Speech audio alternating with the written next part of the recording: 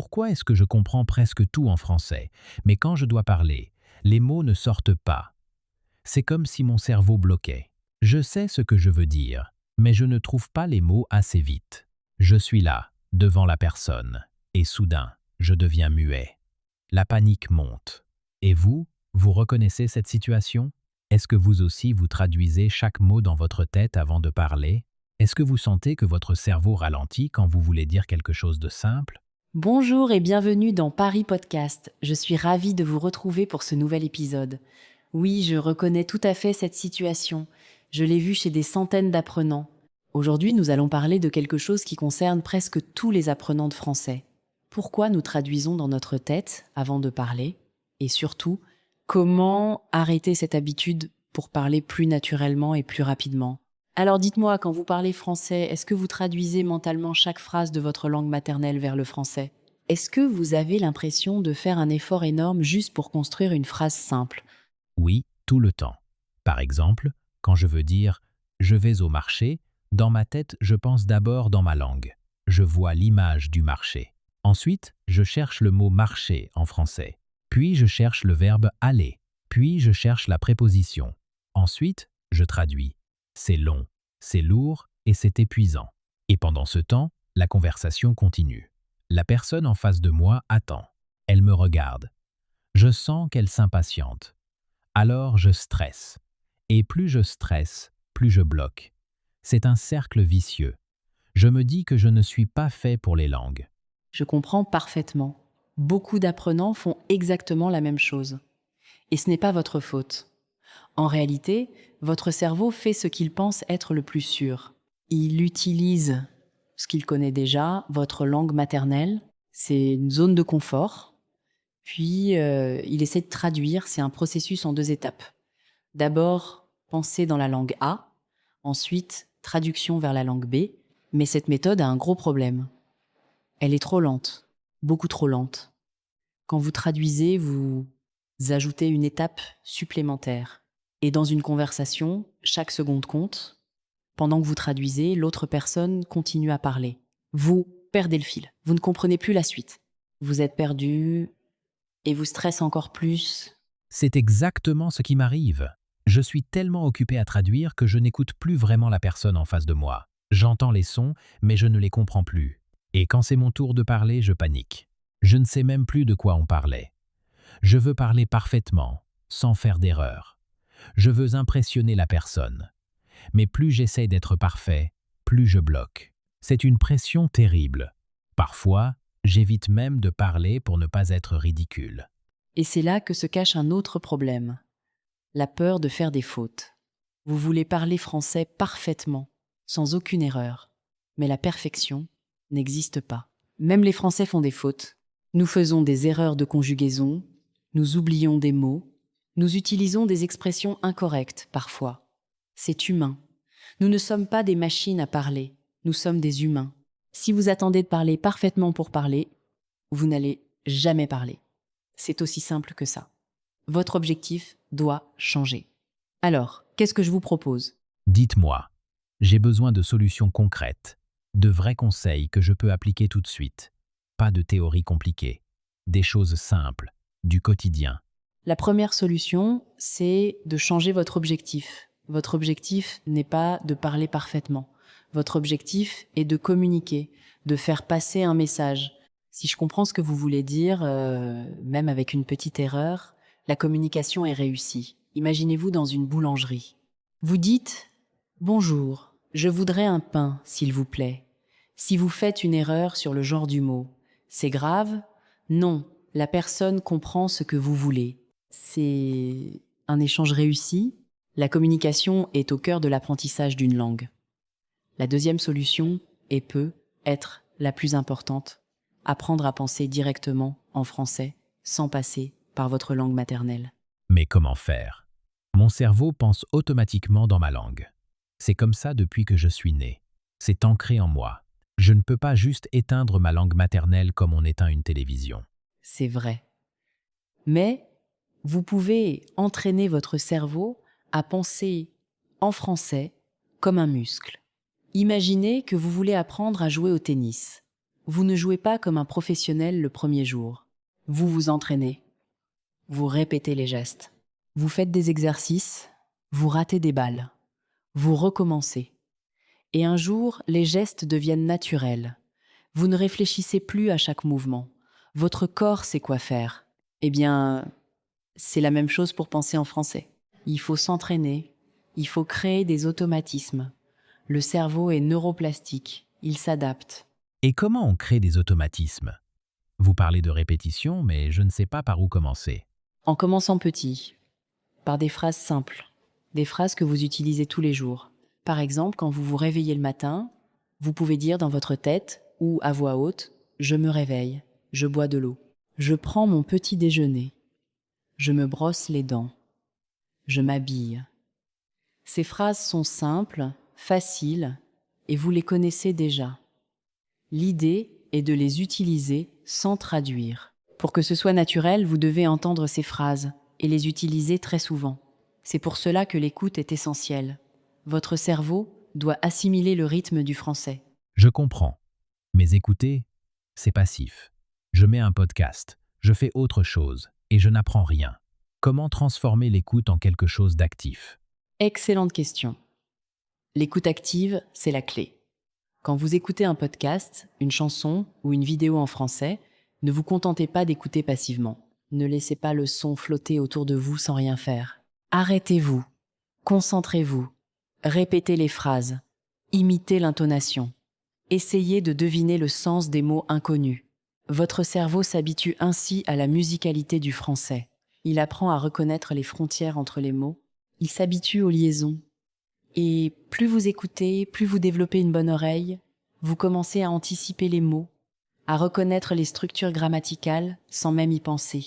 Alors, si je comprends bien, penser en français, ce n'est pas quelque chose de magique, ce n'est pas un don. C'est une question d'habitude et de pratique quotidienne. Absolument. Penser en français, c'est une question de pratique quotidienne et ce n'est pas un processus long.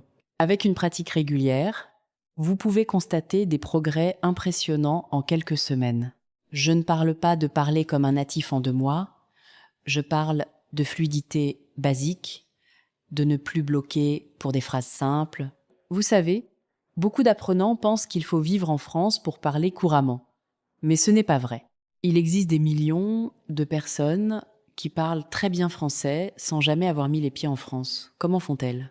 Je me suis toujours demandé comment certaines personnes parviennent à parler français couramment après seulement quelques mois d'apprentissage. Pendant que moi, je stagne, je fais du surplace. J'apprends des mots, je les oublie, je les réapprends. C'est frustrant. Ces personnes ont découvert un secret. Elles se créent un bain linguistique virtuel. Elles écoutent du français tous les jours. Elles lisent en français. Elles écrivent en français. Elles parlent même seules en français. Elles s'exposent à la langue le plus possible. Et surtout, elles ne traduisent pas mentalement. Elles acceptent de faire des erreurs. Elles apprennent de leurs erreurs. Elles transforment chaque erreur en leçon. Elles ne se découragent pas. Elles ont compris que l'apprentissage est un chemin, pas une destination. Accepter de faire des erreurs, c'est plus facile à dire qu'à faire. Quand je fais une erreur, j'ai l'impression que la personne en face de moi me juge. Je sens son regard. Je me sens petit. J'ai honte. Est-ce que vous jugez une personne qui apprend votre langue et qui fait une erreur? Est-ce que vous vous moquez d'elle? Non, pas du tout. Je trouve même que c'est courageux de parler une langue qu'on n'a pas parfaitement maîtrisée. J'admire leur effort. Je me dis qu'ils sont braves. Voilà. Les gens réagissent de la même manière quand vous parlez français. La plupart des Français sont contents que vous fassiez l'effort de parler leur langue. Ils ne sont pas là pour vous juger. Au contraire, ils vont souvent vous aider, vous corriger avec bienveillance. Ils vont vous sourire, ils vont vous encourager. Et puis, il faut relativiser. Une erreur de conjugaison, ce n'est pas grave. Un faux genre, c'est pas grave. Ce qui est important, c'est que vous osiez parler. L'audace est la qualité première d'un apprenant. C'est vrai. Je devrais être moins perfectionniste. Mais j'ai une autre difficulté. Quand je parle, je cherche toujours le mot exact. Je veux le mot parfait, le mot précis. Et souvent, je ne le trouve pas. Du coup, je m'arrête et je bloque. Je fais des silences gênants. Vous savez, le français est une langue très riche. Il existe souvent plusieurs façons de dire la même chose. C'est une langue nuancée. Si vous ne connaissez pas le mot étonnant, vous pouvez dire surprenant, incroyable ou même waouh. Si vous ne connaissez pas le mot restaurant, vous pouvez dire un endroit pour manger ou une brasserie. L'important est de continuer à parler. Utilisez des mots simples, des phrases courtes. C'est souvent plus efficace qu'un vocabulaire compliqué. Les Français utilisent des mots simples au quotidien. Je vois. Alors si je comprends bien, il faut accepter de simplifier son discours pour gagner en fluidité. Il faut parler comme un enfant, en quelque sorte. Exactement. Les conversations quotidiennes sont remplies de phrases simples. Par exemple, pour commander un café, vous n'avez pas besoin d'une phrase complexe. Vous pouvez dire « Bonjour, je voudrais un café, s'il vous plaît ». C'est simple, c'est clair, c'est poli. Vous n'avez pas besoin de dire « Permettez-moi de vous solliciter afin d'obtenir un café de votre établissement ». Ça serait bizarre, non? Trop formel, trop lourd. Les Français parlent de manière directe et efficace. Rire. Oui, ce serait très bizarre. Mais c'est vrai. On a tendance à chercher des phrases compliquées alors que l'on peut rester simple. Je ne sais pas pourquoi on fait ça. Et c'est encore plus vrai à l'écrit. À l'oral, on utilise souvent des phrases plus courtes, plus directes. On fait des pauses, on répète parfois « c'est naturel ». Vous devriez vous écouter parler dans votre propre langue. Vous verrez que vous n'utilisez pas des phrases parfaites, avec une grammaire irréprochable. Vous faites des pauses, vous cherchez parfois vos mots, vous dites alors pourquoi voulez-vous être parfait en français ?» Je n'avais jamais pensé à ça de cette façon. C'est une bonne raison d'être plus indulgent avec moi-même. Je me mets trop de pression. Absolument. Soyez indulgent avec vous-même. Et rappelez-vous, chaque conversation en français est une victoire. Chaque tentative est un progrès. Même si vous ne faites qu'une phrase, c'est une victoire. Alors, quelles sont les situations où vous bloquez le plus? Je veux comprendre vos difficultés spécifiques. C'est souvent quand on me pose une question. Par exemple, au supermarché, la caissière me dit quelque chose et je comprends. Je comprends « Vous voulez un sac ?» ou « Vous avez la carte de fidélité ?» Je comprends la question, mais quand je dois répondre, c'est la panique. Mon cerveau devient vide. Je sais ce que je veux dire, mais les mots ne sortent pas. C'est classique. La pression de la réponse immédiate est énorme. Mais il existe une technique très simple pour gérer ces situations. Les phrases toutes faites, ce qu'on appelle des expressions figées. Vous les apprenez une fois pour toutes et vous les utilisez sans réfléchir. Par exemple, pour répondre à la caissière, vous pouvez dire « Je vais bien, merci ». Et vous? Ou « Ça va, merci » ou encore « Je paie par carte, s'il vous plaît » ou « Non merci, je n'ai pas besoin de sac ». Ces phrases, vous les connaissez, vous les avez apprises et réutilisées tellement de fois qu'elles deviennent automatiques. Le cerveau n'a pas besoin de traduire. Il trouve directement la bonne phrase dans votre mémoire. Je vois.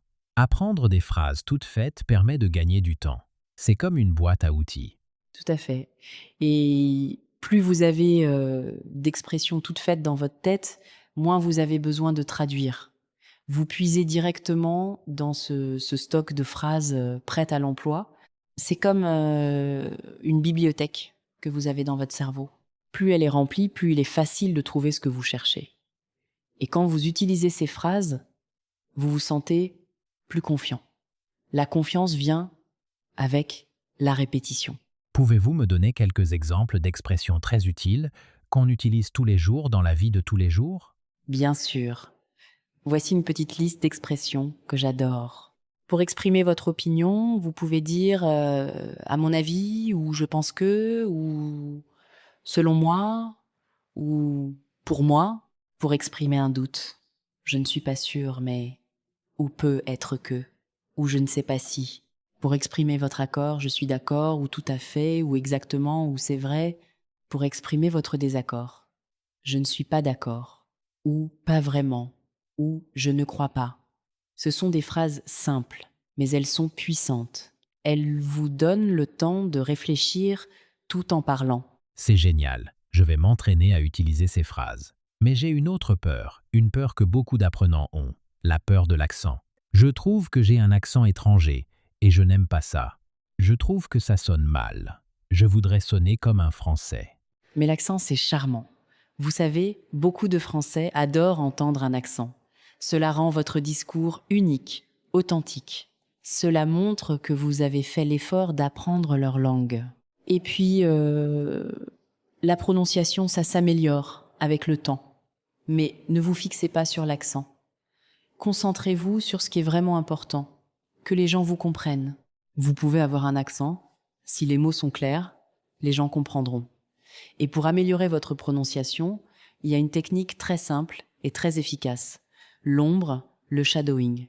Le shadowing, j'en ai entendu parler, mais je ne sais pas exactement ce que c'est. La technique du shadowing, c'est écouter une phrase en français et la répéter en même temps que le locuteur, comme une ombre. Vous imitez non seulement les mots, mais aussi l'intonation, le rythme, les liaisons. Vous devenez son ombre. Cette technique est excellente parce qu'elle entraîne à la fois votre oreille et votre bouche. Elle vous aide à parler plus naturellement. Elle vous aide à sentir les sons français dans votre bouche. C'est un entraînement complet. J'ai déjà essayé, mais je n'arrive pas à suivre le rythme. On parle trop vite. Les Français parlent comme des mitraillettes. C'est normal au début. Commencez avec des audios lents. Il existe de nombreux podcasts pour apprenants avec des débits plus lents, spécialement conçus pour vous. Et si vous utilisez YouTube, vous pouvez diminuer la vitesse de la vidéo. Mettez la vitesse à 0,75. C'est très pratique. Allez-y étape par étape. D'abord, écoutez plusieurs fois sans répéter, juste pour imprégner votre oreille. Ensuite, répétez après la phrase en faisant une pause. Coupez le son, répétez, et enfin, répétez en même temps que l'audio. C'est un entraînement. Ne vous découragez pas. Et quel est le temps d'entraînement recommandé par jour? Même 5 à 10 minutes par jour sont bénéfiques. L'important est la régularité, pas la durée. Un petit peu chaque jour est plus efficace que 3 heures une fois par semaine. Votre cerveau a besoin de cette exposition quotidienne pour créer des automatismes. Alors, intégrez le français dans votre routine. Par exemple, le matin, en prenant votre café, écoutez un podcast de 5 minutes. En marchant, répétez des phrases. En faisant la cuisine, chantez une chanson en français. Créez une ambiance française autour de vous. Je vais essayer de faire ça. Je vais commencer aujourd'hui, pas demain. Aujourd'hui. C'est parfait. Et parlons maintenant d'un autre obstacle, le manque de pratique orale. Comment s'entraîner à parler quand on n'a pas de partenaire, quand on est seul chez soi? C'est ma plus grande difficulté. Je n'ai personne avec qui parler français. Mes amis ne parlent pas français. Ma famille ne parle pas français. Je suis seul avec mes livres. Alors, parler tout seul, c'est peut être l'une des méthodes les plus sous-estimées. Parler seul en français est une excellente manière de s'entraîner. Vous êtes chez vous, vous n'êtes pas jugé, vous pouvez faire toutes les erreurs que vous voulez. Vous pouvez décrire ce que vous voyez, ce que vous faites, ce que vous ressentez. Par exemple, je suis dans la cuisine, je prépare un café, il fait beau aujourd'hui, je suis content, qu'est-ce que je vais faire plus tard? Mais parler tout seul, c'est un peu bizarre, non? Si quelqu'un m'entend, il va penser que je suis fou. Pas du tout. Des millions d'apprenants le font. C'est même recommandé par les professeurs de langue. Cela permet de se familiariser avec le français oral, de prendre confiance et surtout de créer ces fameux automatismes. Et si vous voulez un partenaire virtuel, il existe des applications pour échanger avec des locuteurs natifs, il y a des communautés en ligne. Vous pouvez aussi parler devant un miroir pour travailler votre expression orale et votre gestuelle. Je vous assure que ces techniques sont très efficaces. Je vais essayer, je n'ai jamais vraiment osé, mais je suis prêt à tenter. Excellent. Et rappelez-vous, je suis convaincue qu'à la fin de cet épisode, vous aurez les clés pour parler français plus naturellement. Mais avant d'aller plus loin, j'aimerais aborder un autre point crucial, la compréhension orale. Car pour bien parler, il faut bien comprendre. C'est lié, les deux compétences sont connectées. J'ai effectivement remarqué que quand je comprends bien, je parle mieux. Mais c'est difficile de comprendre les Français quand ils parlent vite. Ils mangent les mots. C'est une difficulté majeure. Et souvent, c'est pas parce que le niveau est trop élevé, c'est parce que vous n'êtes pas habitué à la musique du français, aux liaisons, aux élisions. Par exemple, en français, on ne prononce pas clairement chaque mot. On les relie. Je ne sais pas devient souvent je sais pas. Et parfois même, on entend un simple je sais pas. Ces simplifications sont très fréquentes, et si vous ne les connaissez pas, vous ne comprenez pas. Votre cerveau cherche les mots que vous avez appris, mais il ne les reconnaît pas. C'est vrai que j'ai du mal avec je ne sais pas et avec qu'est-ce que c'est ou qu'est-ce qu'il y a. Ces expressions me donnent du fil à retordre. Et pourtant, ce sont des expressions très courantes. Alors, comment faire? Une excellente technique consiste à s'entraîner à comprendre le français de la vie quotidienne. Ce n'est pas le français des livres. C'est le français parlé dans la rue, au marché, dans les transports en commun, écouter des dialogues réalistes, des conversations de tous les jours. C'est pourquoi nous créons Paris Podcast, pour vous exposer à ce français vivant, authentique. J'apprécie beaucoup ce podcast. Les conversations sont naturelles. Je comprends mieux que dans les films. Dans les films, ils parlent trop vite et il y a du bruit. Merci beaucoup, c'est très gentil et c'est notre objectif, rendre le français accessible et agréable. Revenons à la compréhension orale. Un conseil supplémentaire, laissez les sous-titres en français. Si vous regardez une vidéo, mettez les sous-titres en français. Ainsi, vous entendez et vous lisez en même temps. Cela renforce la connexion entre le son et l'écrit. C'est particulièrement utile pour comprendre les contractions, les liaisons, et au fil du temps, vous n'aurez plus besoin des sous-titres. Votre oreille s'habitue. C'est un bon conseil. Je vais faire ça. Avez-vous une autre technique pour améliorer la compréhension? Oui, je vous conseille de vous familiariser avec les sons du français. Par exemple, le U français, le R français, certains sons n'existent pas dans votre langue. Votre oreille n'a pas l'habitude de les distinguer. Pour entraîner votre oreille, vous pouvez faire des exercices de discrimination auditive. Écoutez des paires de mots qui se ressemblent. Bourgeon et bouton, par exemple. Ou, sous et su. Ou dessus et dessous. Cela peut sembler difficile, mais avec de la pratique, cela devient plus facile. Le cerveau est incroyable, il s'adapte. Et quelle est la chose la plus importante pour progresser en français? La persévérance. Apprendre une langue est un marathon, pas un sprint. Il y a des jours faciles, des jours plus difficiles. Ce qui compte, c'est de continuer. Vous n'apprendrez pas le français en une semaine, mais vous constaterez des progrès chaque mois. C'est un voyage passionnant. Alors, profitez de chaque étape. C'est très motivant. Merci pour ces encouragements. Avec plaisir, et voici la question que je poserai plus tard à nos auditeurs. Mais avant, continuons. Parlons des erreurs les plus fréquentes. Je pense que les identifier peut vous aider à les éviter. Quelles sont les erreurs classiques chez les apprenants? La première, c'est sans doute l'accord du participe passé. C'est une difficulté pour tout le monde, même pour les Français parfois. Ensuite, il y a la confusion entre oui et en ou entre qui et que. Ces points sont complexes parce qu'ils n'existent pas dans toutes les langues. Et puis, il y a aussi les prépositions. On dit aller à ou aller chez. Penser à ou penser de. C'est souvent source d'hésitation. Je confonds toujours à et chez, et je ne sais jamais où mettre le pronom. C'est un vrai casse-tête. Vous n'êtes pas seul. Ces difficultés sont très fréquentes. Mais plutôt que de vous focaliser sur la règle, essayez de retenir des exemples complets. Par exemple, retenez « je vais à la boulangerie » et « je vais chez le boulanger ». En retenant la phrase entière, vous ne vous trompez pas de préposition. Retenez aussi « il pense à son ami » et non pas « il pense de son ami ». Les exemples sont plus faciles à retenir que les règles. Et avec l'usage, vous finirez par utiliser naturellement la bonne préposition. C'est une bonne technique. Je vais retenir des phrases complètes. C'est exactement cela. Le cerveau mémorise mieux des exemples concrets que des règles abstraites. C'est pourquoi nous donnons toujours des exemples dans Paris Podcast. Les exemples vous permettent d'ancrer les structures dans votre mémoire à long terme. Je me souviens que j'ai du mal avec les verbes au passé composé. Je ne sais jamais quel auxiliaire utiliser. Avoir ou être.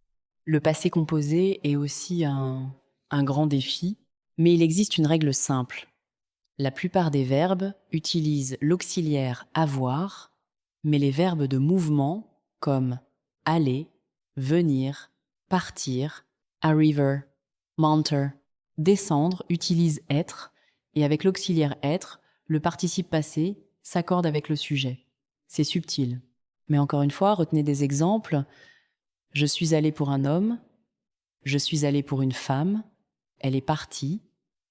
Nous sommes arrivés pour un groupe. Ces exemples sont faciles à retenir. Et le plus important est de les utiliser régulièrement. Je note tout ça. Une question sur les habitudes. Quelles sont les habitudes des apprenants qui progressent le plus rapidement? Les apprenants qui progressent vite partagent plusieurs habitudes. D'abord, ils pratiquent quotidiennement, même 5 minutes. Ensuite, ils ne se limitent pas à une seule source d'apprentissage. Ils écoutent des podcasts, regardent des vidéos, lisent des livres, écrivent des messages, ils varient les supports. Ensuite, ils prennent des notes.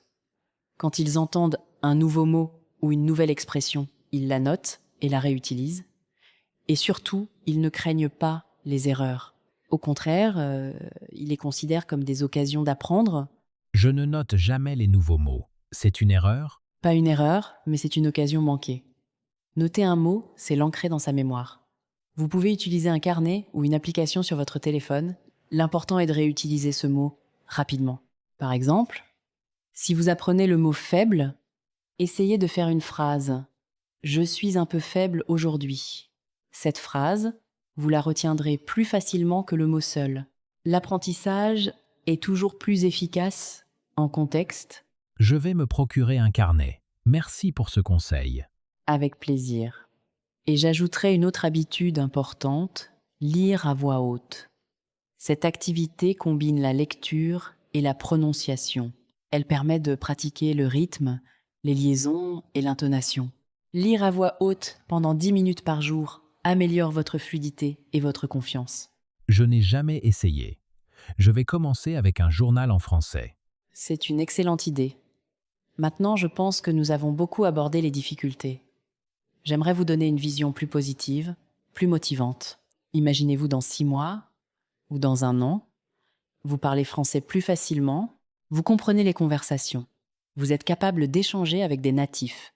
Comment vous y prenez-vous aujourd'hui pour que ce rêve devienne réalité? Je vois ce que vous voulez dire. Je dois commencer maintenant. Pas demain, pas la semaine prochaine. Exactement. Il n'y a pas de bon moment pour commencer. Le moment est maintenant. Commencez par de petites actions. Par exemple, abonnez-vous à un podcast comme Paris Podcast. Écoutez un épisode chaque jour. Répétez les phrases. Lisez les transcriptions. Si vous le pouvez, engagez-vous à ne pas traduire pendant 1 minute, puis 2 minutes, puis 5 minutes. Augmentez petit à petit. Vous serez étonné de voir à quelle vitesse votre cerveau s'adapte. Je vais essayer dès aujourd'hui. Et je vais essayer de penser directement en français, même pour de petites phrases. C'est exactement l'état d'esprit qu'il vous faut. Pensez à des phrases courtes. Je bois de l'eau. Je suis fatigué. Il fait chaud aujourd'hui. Je vais au travail. Je mange une pomme. Ces petites phrases sont vos premiers pas vers la pensée directe en français. Elles vous aident à créer ce lien direct entre l'idée et la formulation en français. C'est rassurant de savoir que je peux commencer par le plus simple. Le plus simple est toujours le meilleur point de départ. Et rappelez-vous, c'est un processus. Votre cerveau est en train de créer de nouvelles connexions neuronales. Cela prend du temps. Soyez patient et régulier. Vous allez y arriver. Merci beaucoup pour tous ces conseils. Je me sens moins stressé et plus motivé. C'est formidable. Votre motivation est votre meilleur allié. Mais avant de conclure, j'aimerais vous parler de l'importance de l'écoute quotidienne.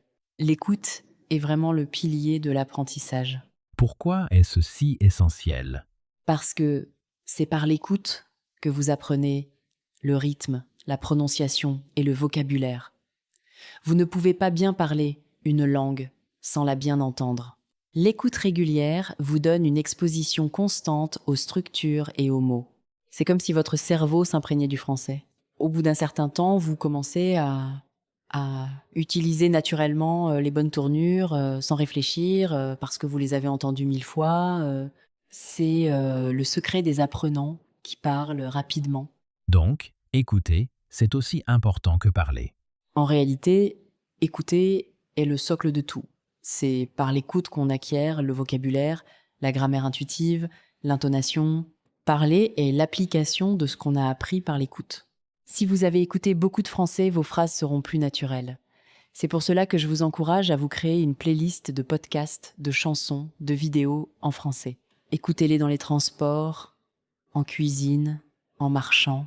Même si vous ne comprenez pas tout, votre cerveau travaille en arrière-plan. J'ai une question sur les mots de liaison. Comment rendre mon discours plus fluide? Ah, excellente question. Les mots de liaison sont la colle de votre discours. Ils rendent vos phrases plus naturelles. Utilisez donc pour montrer une conséquence. Utilisez puis ou ensuite pour montrer une succession. Utilisez mais pour montrer une opposition. Utilisez parce que pour donner une raison. Avec ces petits mots, vos phrases deviennent des histoires. Par exemple, je suis fatigué, donc je vais me reposer.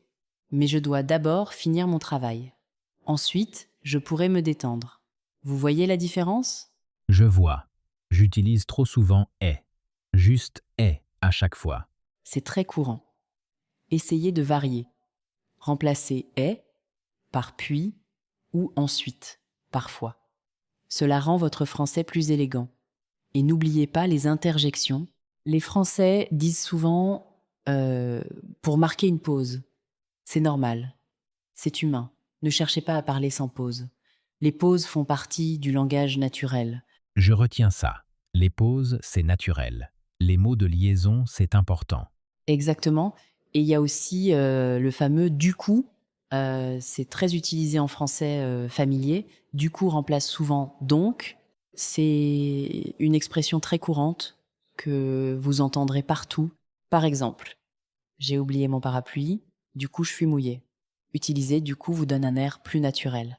Du coup, je vais m'entraîner à l'utiliser. Parfait. Et je vous propose un petit défi pour les prochains jours. Chaque matin, prenez 1 minute pour vous décrire. Dites-vous, aujourd'hui je vais faire ceci, je vais manger cela, je vais rencontrer cette personne. Faites-le en français, sans traduire. Si vous bloquez sur un mot, utilisez un autre mot. Simplifiez. L'objectif est de finir la minute en parlant, sans silence. Un défi d'1 minute. Je peux faire ça. Et puis augmenter à 2 minutes, puis à 5 minutes. Vous verrez, au bout d'une semaine, votre cerveau sera plus rapide. Les mots viendront plus facilement. C'est une promesse. Je vous fais confiance. Je vais essayer. N'oubliez pas non plus de vous enregistrer. C'est un exercice difficile, mais très utile. Enregistrez-vous en train de parler français pendant 1 minute. Écoutez-vous. Vous entendrez vos progrès. Et vous identifierez vos points faibles. C'est un outil formidable pour progresser. M'entendre, c'est effrayant. Je n'aime pas ma voix en français. C'est normal. Personne n'aime sa propre voix au début. Mais c'est un exercice puissant. Vous verrez vos erreurs, vous les corrigerez, et dans un mois, vous entendrez clairement votre progression. C'est très motivant. Je vais surmonter ma gêne et essayer. Bravo. C'est cet état d'esprit qui fait la différence. Maintenant, j'aimerais aborder la question des progrès à long terme. Parce qu'il est facile d'être motivé aujourd'hui, mais comment garder cette motivation dans 3 mois? C'est vrai. La motivation va et vient. Comment je fais quand je n'ai plus envie? Il faut transformer la motivation en discipline. La discipline, c'est faire ce qu'il faut faire, même quand on n'a pas envie. Mettez en place une routine. Par exemple, tous les soirs à 20h, vous écoutez Paris Podcast. C'est un rendez-vous avec vous-même. Après quelques semaines, c'est devenu une habitude. Vous ne réfléchissez plus. Vous le faites. C'est comme se brosser les dents. Transformer ça en habitude. Je comprends. Et rappelez-vous vos progrès. Tenez un journal de bord. Notez ce que vous avez appris chaque semaine. Notez une phrase que vous avez réussi à dire. Quand vous relisez votre journal, vous voyez le chemin parcouru. C'est très encourageant. C'est une bonne idée. Je vais faire ça. Et si vous avez un jour difficile, où vous n'arrivez pas à parler, ce n'est pas grave. Acceptez-le. Le lendemain, vous recommencez. L'échec fait partie de l'apprentissage. C'est rassurant d'entendre ça. Et surtout, pratiquez avec des sujets qui vous passionnent. Si vous aimez la cuisine, apprenez le vocabulaire de la cuisine.